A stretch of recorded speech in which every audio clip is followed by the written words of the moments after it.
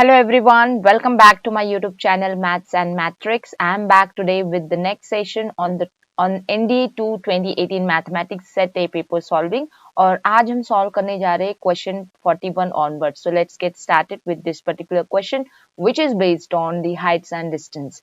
The top of a hill observed from top and bottom of a certain building of height h is at angles of elevation pi by 6 and pi by 3 respectively. अभी ये जो angles है ये elevation angles है for home top of hill and bottom of hill from where buildings है which is of height H.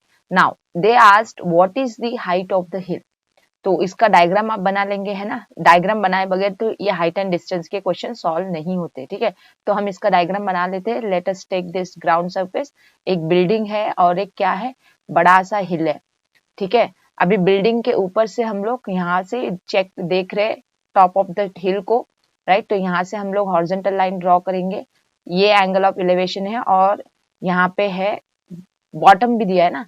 Top of a hill observe from the top and bottom of a building of height H. ठीक है, मतलब देखो ये top of हिल को ये top of the building से हमने देखा है, बॉटम ऑफ द बिल्डिंग से हमने देखा है, ऐसा है क्वेश्चन. ठीक है, तो ये दो एलिवेशन एंगल्स हमें देखे रखे हैं. सो एक बार रीड कर लेते हैं. The top of hill observe from top and bottom of building of height H is at angles of elevation pi by 6 and pi by 3. मतलब टॉप का जो एंगल है ये एंगल कितना है, पाई बाय 6 है, और ये वाला एंगल कितना है, पाई बाय 3 है. ठीक है, समझ में आया, रिस्पेक्टिवली बोला है ना. और हाइट ऑफ द बिल्डिंग कितनी, एच, मतलब ये पैरेलल हाइट एच होगी. तो हमें कैलकुलेट क्या करनी है, टोटल हाइट ऑफ द हिल, जो कि मैं बोलूंगी कैपिटल एच. चलेगा, तो ये अननोन पार्ट है एक्स, तो हमारा कैपिटल एच कैसे आएगा, एक्स प्लस एच करके आ जाएगा. ठीक है, अभी आंसर भी एच में आने वाला है क्योंकि यहाँ पे अननोन है हमारे पास. देखो हम क्या कर सकते हैं, हम यूज कर सकते हैं दो एलिवेशन एंगल्स को. ठीक है, सबसे पहले हम यूज करेंगे पाई बाय 3 को. ठीक है, तो tan पाई बाय 3 में लगाऊंगी. तो tan पाई बाय 3 में अपोजिट क्या दिख के आ रहा, कैपिटल एच, एंड एडजेसेंट क्या दिख के आ रहा हमें, ये एडजेसेंट है ना, ये एडजेसेंट है. तो इसको हम लोग क्या बोलेंगे, समझो y बोल लेते. ठीक है, शॉर्ट में सॉल्व करने के लिए. tan pi by 3, tan 60 degree कितना होता है, √3 होता है. तो √3 is equal to h upon y. मतलब y की वैल्यू कितनी हो गई, h अपॉन √3 हो गई. ठीक है, ये हो गया. अभी देखते हैं नेक्स्ट वाला. नेक्स्ट ट्रायंगल में अगर मैं बात करूंगी, that is tan of pi by 6 में निकालूंगी. tan ऑफ पाई बाय 6, तो अपोजिट क्या था मेरा, x, एंड एडजेसेंट क्या था, वही y था. तो यहाँ पे मुझे पाई बाय 6 मतलब कितना, 30. tan 30 कितना, 1 बाय √3. तो 1 by √3 is equal to x upon y की वैल्यू है ना मेरे पास, दैट इज h अपॉन √3 करके है. तो इसको सॉल्व कर लो. इसको सॉल्व कर लेंगे तो क्या आएगा, 1 by √3 is equal to √3 times x upon capital H. इसको सॉल्व कर लो, h equals to 3 times x आएगा. Now see, we have got the value of capital H which is 3x, but we want the answer in terms of small h. तो हम क्या कर सकते हैं, हम x की वैल्यू को रीपुट कर सकते हैं कि capital H minus small h. हमने देख लिया ना डायग्राम में, ये जो है ना स्मॉल x कैसे आएगा, ये स्मॉल x कैसे आएगा, capital H minus small h करके आएगा. तो इसीलिए हमें आंसर क्या मिल रहा है, capital H is equal to 3 times of x की value, that is capital H minus small h. इसको सॉल्व कर लेंगे. Capital H is equal to 3 time capital H minus 3 time small h. ये हमें क्या देगा, ये हमें देगा 3 times small h is equal to 2 times capital H. हमें चाहिए कैपिटल H का आंसर, तो कैपिटल H हो जाएगा 3 बाई 2 टाइम्स स्मॉल h. तो total height of the hill कितना है, 3 times small h upon 2. That is the option number B. Clear है बात, सिंपल सा क्वेश्चन था. देखो नेक्स्ट क्वेश्चन अभी हम देखेंगे. व्हाट इज और are the solutions of this particular trigonometric equation where the angle X is between 0 and 2 pi. तो 0 एंड 2 पाई के बीच के सॉल्यूशंस हमें सब ढूंढ के निकालने. तो हमारे पास है cosec X plus cot X की वैल्यू जो कि है √3. हम इसमें एडजस्टमेंट करके एक नया इक्वेशन बना सकते हैं क्योंकि हमारे पास आइडेंटिटी होता है ना, cosecant square X minus cot square X कितना होता, 1 होता है ना. तो हम क्या करेंगे, हम इसको एडजस्टमेंट करेंगे.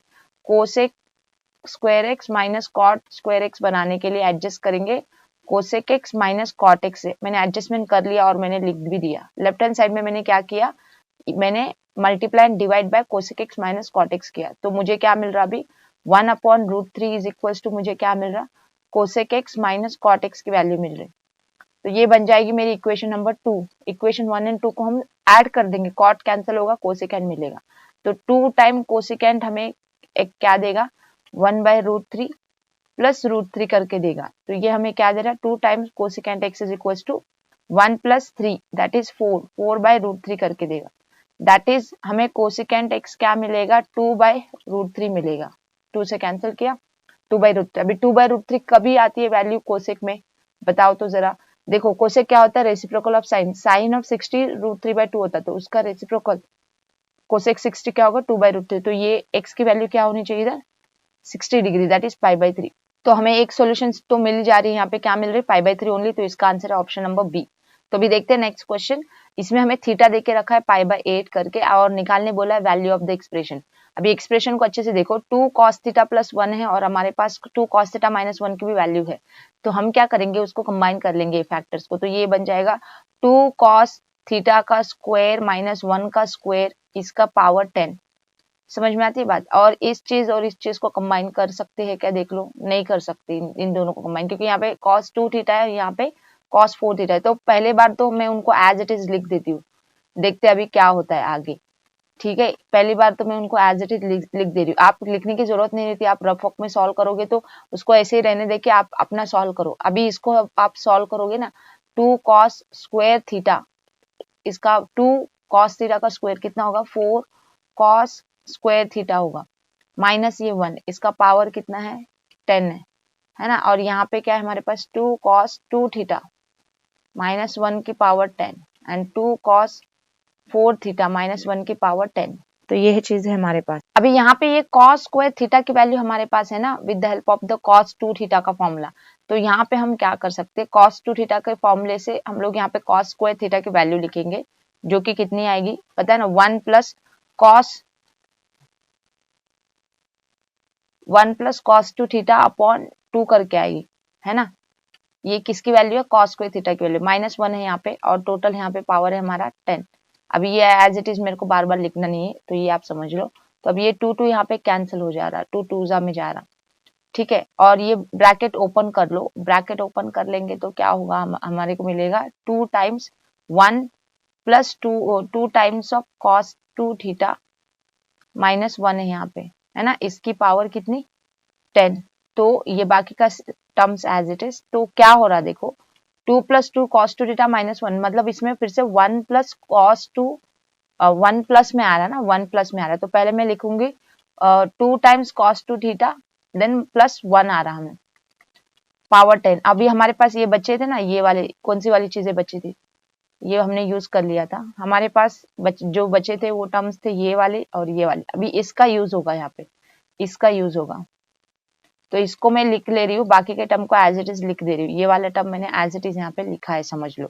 तो अभी ये देखो फिर से a plus B a minus B हो रहा है, तो ये हो जा रहा 4 cos स्क्वायर 2 थीटा माइनस 1 की पावर 10 और बचा वाला टर्म एज इट इज। फिर से अभी सेम बात हो रही है यहाँ पे, फिर से cos स्क्वायर 2 थीटा का फॉर्मूला लिख दो, 1 प्लस cos 4 थीटा अपॉन 2 करके आएगा इसका फॉर्मूला, माइनस 1 की पावर 10। बचा हुआ एक फैक्टर एज इट इज है वो, तो यहाँ पे फिर से 2 काटेगा और ये 2 प्लस और माइनस 1, तो ये फिर से 1 प्लस में आने वाला है। तो ये 1 प्लस मतलब 2 times of cos 4 theta plus 1 करके आएगा। अभी बचा हुआ फैक्टर में यहाँ पे लिख देती हूँ, ये वाला जो बचा है हमारा 2 टाइम्स cos 4 थीटा माइनस 1 की पावर 10। तो a plus B a minus B फिर से फॉर्मूला हो गया, तो ठीक से फिर से लिख देते हैं। तो 2 का स्क्वायर 4 cos की पावर स्क्वायर 4 थीटा यहाँ पे माइनस 1 दी होल पावर 10। तो हमें ये चीज मिल रही है 4 cos स्क्वायर 4 थीटा, ठीक है, ये ठीक से लिख दो आपके लिए, 4 cos square 4 theta minus 1 the whole power 10। अभी यहाँ पे आप थीटा पुट करो, तो थीटा पुट करने से क्या होगा, यहाँ पे थीटा π/8 है, तो ये हो जाएगा π/2। cos स्क्वायर π/2 की वैल्यू तो कितनी होती है 0, तो माइनस 1 की पावर 10 जो कि हमें देगी 1, और इसका आंसर बन जाएगा ऑप्शन नंबर बी। ठीक है बात। अभी देखते हैं फिर नेक्स्ट क्वेश्चन। नेक्स्ट क्वेश्चन है हमारा 44th क्वेश्चन, ठीक है। 44th क्वेश्चन पे आ जाते हैं।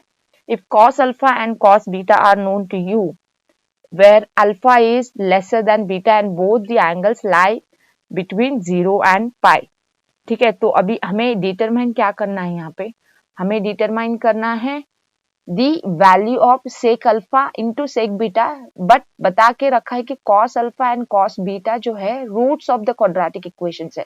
मतलब ये इक्वेशन को सॉल्व कर लो, जो वैल्यूज आएंगे उसको असाइन कर दो cos alpha and cos beta करके, बन गई ना बात। तो 4x स्क्वायर माइनस 3 को एक बार सॉल्व कर लो तो ये दे रहा एक्स स्क्वायर इक्वल टू 3/4, जो कि दे रहा एक्स इक्वल टू प्लस और माइनस रूट 3/2। मतलब हमारा कॉस अल्फा हम बोल देते हैं positive root and cos beta हम बोल देते हैं निगेटिव रूट। ठीक है, हो गया ना, 2 रूट असाइन कर दिया। अभी हमें चाहिए secant alpha into secant beta. Secant alpha into secant beta के लिए हम क्या करेंगे, हम सिकेंट अल्फा सिकेंट बीटा को कन्वर्ट करेंगे कॉस अल्फा कॉस बीटा में, है ना। तो नेक्स्ट लाइन पे आ जाते हैं फिर। सिकेंट अल्फा सिकेंट बीटा को मैं लिखूंगी 1 upon cos alpha into 1 upon cos beta. 1 upon cos alpha की वैल्यू लिख दो, रेसिप्रोकल में लिखो कॉस अल्फा की वैल्यू, दैट इज 2/√3 हो जाएगी। कॉस बीटा की वैल्यू रेसिप्रोकल में लिखो -2/√3 होगी, तो ये हो जाएगी -4/3। -4/3 जो कि है हमारा आंसर ऑप्शन नंबर ए, है ना। इसका आंसर है ऑप्शन नंबर ए। अभी आते हैं नेक्स्ट क्वेश्चन पे। 45 क्वेश्चन नंबर है हमारा। Consider the following values of x, 8, -4, 1/6 and -1/4. Which of the above values of x is or are the solutions of the equation? इस इक्वेशन के solutions बताने। अभी देखो ये इक्वेशन, ये tan inverse of a plus tan inverse of b है, जिसका formula होता है tan inverse of a plus b upon 1 minus a into b, जो कि बन जाएगा -6x स्क्वायर, है ना, equals to pi by four. ये tan को उस तरफ भेज दो तो ये 2x प्लस 3x 5x होगा, 5x upon 1 minus 6x square equal to 1 होगा। इसको सॉल्व कर लो तो जरा, तो ये होगा 6x स्क्वायर, है ना, फिर plus 5x minus 1 equal to 0 करके क्वाड्रेटिक इक्वेशन देगी। इसको आप सॉल्व कर सकते हो कि नहीं। क्या फैक्टर्स है इसके, 6 1 जा 6, या तो 2 3 जा ले सकते हो, 2 3 जा सही से आएगा, 3x प्लस 2x करके स्प्लिट हो जाएगा, तो 3x common, 2x plus 1 plus 1, अच्छा माइनस में चाहिए ना, हमें माइनस में चाहिए तो नहीं चलेगा, हमें क्या फैक्टर्स चाहिए, हमें फैक्टर्स चाहिए 6 एंड 1 का ही फैक्टर्स, तो 6x square plus 6x minus x लिखना पड़ेगा प्लस 5x को। तो देखो 6x कॉमन आया x प्लस 1, -1 कॉमन आया x प्लस 1 इक्वल्स टू 0, जो हमें देगा x plus 1 into 6x minus 1 equal to 0, जो हमें देगा x equal to -1 and x equal to 1/6। कितने, 2 वैल्यूज आ रहे। तो इसमें से कौन कौन से दे के रखे उन लोगों ने, कौन कौन से दे के रखे, देखो 1/6 है ना, 3 ओनली दे के रखे, थर्ड वाली वैल्यू सही है कि नहीं। तो इसका आंसर क्या रहेगा, ऑप्शन ए। सही बात है। देखो आते हैं फिर नेक्स्ट क्वेश्चन पे। नेक्स्ट क्वेश्चन है हमारा 46 नंबर। 46 नंबर का क्वेश्चन देख लेते हैं। If the second term of a GP is 2, मतलब ए आर की वैल्यू है 2 and the sum of its infinite terms is 8, मतलब a अपॉन 1 माइनस आर की वैल्यू 8, देन द जीपी को ढूंढना है। सेकेंड टर्म पता है और ये इनफाइनाइट जीपी है करके आपको पता है, तो a बाय 1 माइनस आर की वैल्यू आपके पास है, तो ये है इक्वेशन आपके पास नंबर 1। इक्वेशन नंबर 2 को आप थोड़ा सा सॉल्व कर लो, ये हो जाएगा 8 माइनस 8r, a की वैल्यू है ना, ये a की वैल्यू इधर पुट कर लो 1 में, पुट इन 1, तो आपको क्या देगा, ये 8 माइनस 8r, a की वैल्यू multiplied by r equal to 2, तो ये 8r minus 8r square equal to 2, ये हमें क्या देगा, 8r स्क्वायर राइट साइड ले लिया, 8r राइट साइड ले लिया, plus 2 equal to 0, reduce by 2 करो, फिर ये 4 जा हो जाएगा, 4r square minus 4r plus 1 equal to 0। ठीक है, तो ये इक्वेशन हमें मिल रही है। अभी ये इक्वेशन को हम लोग ऐसे लिख सकते हैं ना, 2r माइनस 1 की पावर 2 लिख सकते कि नहीं, तो 2r इक्वल टू 1, मतलब r इक्वल टू 1/2 मिला हमें, r इक्वल टू 1/2 है, तो पहला टर्म क्या है भला, पहला टर्म कैसे निकालोगे, इक्वेशन 1 में पुट करो, a into 1/2 equal to 2, a कितना आएगा हमारा, मल्टीप्लाई हो जाएगा ना, उधर 2 जाके मल्टीप्लाई होगा, तो a इक्वल टू आएगा 4, तो 4 यहाँ पे देखो किस में देखे रखे, एक ही ऑप्शन में, तो चलो बढ़ो आगे, ज्यादा सॉल्व करने की जरूरत नहीं है कि नहीं, हमें पहले में ही आंसर पता चल गया। चलो नेक्स्ट क्वेश्चन पे आते हैं। अभी यहाँ पे 47 क्वेश्चन में हमें बता के रखा है कि A B C are in AP और जीपी और एचपी, मतलब वो एपी में भी है, जीपी में भी है और एचपी में भी है, then a minus B upon B minus C is equal to, क्या क्या चांसेस है, 3 चीजें हमें लेनी है यहाँ पे, एपी जीपी एंड एचपी, ये तीनों चीजों को लेके हमें क्या करना है, यहाँ पे डिटरमाइन करना है कि कौन सा सही ऑप्शन है इसमें। ठीक है, तो सबसे पहले हम लोग ले लेते एपी का। तो जब हम बोलेंगे कि A B C in AP, तो हम क्या लिखते, हम लिखते B minus A is equal to C minus B, है ना। तो ये a minus B upon B minus C, minus को कॉमन लिया इक्वल टू 1 होगा। तो 1 किस किस में है, 1 तो अच्छा सब में है, चलो नो प्रॉब्लम, एक तो हमें मिल गया है। अभी हम बात करते हैं जीपी की, ठीक है। जीपी की बात करेंगे। जीपी में क्या हो रहा, जीपी में हो रहा B square equal to A C when we say A B C in GP, ठीक है बात। तो अभी इसमें हमें a minus B upon B minus C को निकालना पड़ेगा, है कि नहीं। a minus B upon B minus C, तो हम इसको डायरेक्ट नहीं निकाल सकते। हम क्या करेंगे, बी स्क्वायर को हम लिखेंगे b इंटू बी और ए सी को a इंटू सी है, तो हम इसको लिख सकते हैं b by A is equal to C by B. Invertendo कर लो, रेशियो का इन्वर्टेंडो, तो a by B equal to B by C आएगा। अभी क्या करो, अभी करो डिविडेंडो करो, तो a minus B upon B is equal to B minus C upon C करके आएगा, इजंट इट। तो ये चीज हमें मिलेगी। तो ये हमें क्या देगा, ये हमें देगा a माइनस बी अपॉन, इसको इम्प्लाइज लिखते हो, b minus C equals to b by C, b by C करके हमें दे रहा है ये वैल्यू। तो ये हमें b बाई सी दे रहा है, but b by C is also equal to a by B, तो मैं इसको a बाई बी के बराबर भी लिखूंगी, लिख सकती हूँ कि नहीं। तो ये हो गया जीपी। अभी एचपी की बात करते हैं। ए बी सी इन एचपी मतलब क्या होता है, b would be what 2ac upon a plus C. Harmonic mean होता है ना, ए एन सी का हार्मोनिक मीन कौन होता है, बी होता है, जब A B C in H P रहता।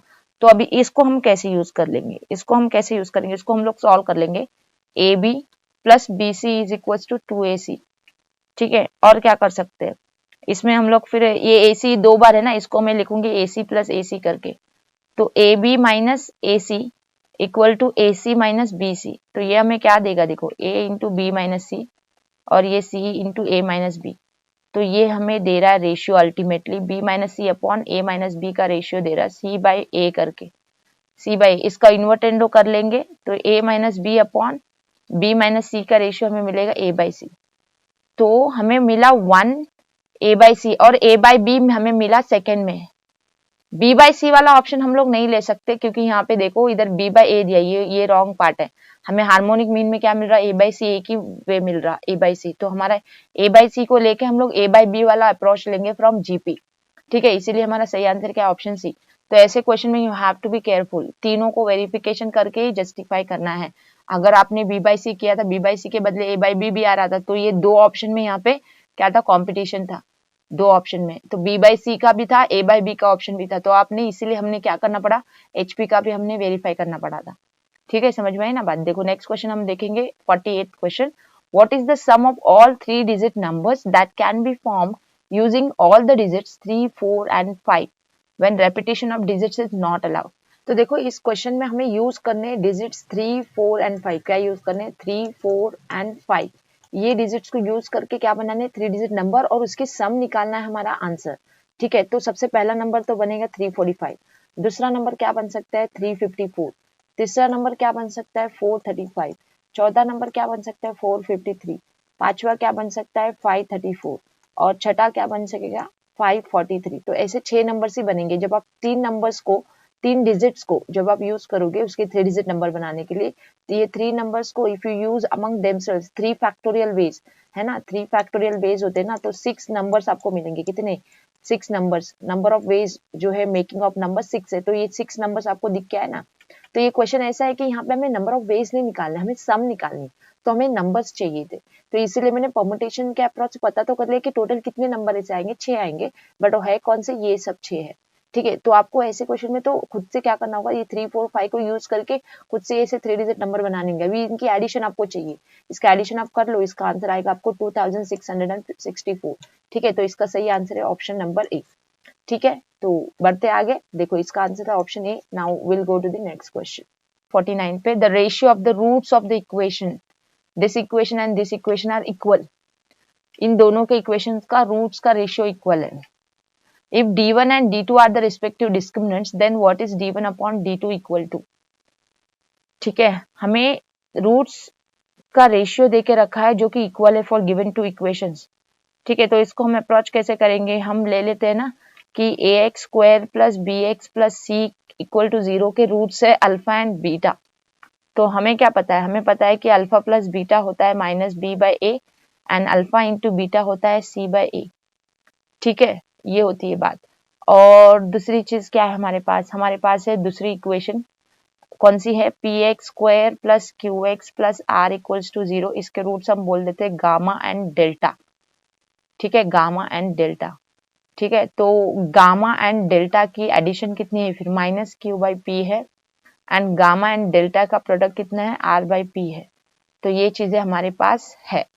अभी आते हैं डिस्क्रिमिनेंट के रेशियो पर, ठीक है, डिस्क्रिमिनेंट के रेशियो पर। तो डिस्क्रिमिनेंट के रेशियो में हमें क्या लेना है, पहले तो डिस्क्रिमिनेंट के वैल्यूज डालने हैं, d1 बाई d2। d1 का फॉर्मूला लिख लेते हैं, discriminant of this particular quadratic equation जो कि है B square minus 4ac। d2 की वैल्यू लिख लेते हैं, ये हो जाएगी क्यू स्क्वायर माइनस 4pr, ठीक है। ये चीजें हमारे पास है। अभी इस रेशियो में हमें सब्स्टिट्यूट करने हैं गिवन वैल्यूज, ठीक है। तो हम क्या सब्स्टिट्यूट करेंगे इसमें, हमारे पास है alpha plus beta and alpha into beta and, है ना, gamma plus delta and gamma into delta की वैल्यू। तो इस इक्वेशन पे हम लोग फिर से आते हैं, इसको मैं इक्वेशन 1 बोल के रखूंगी।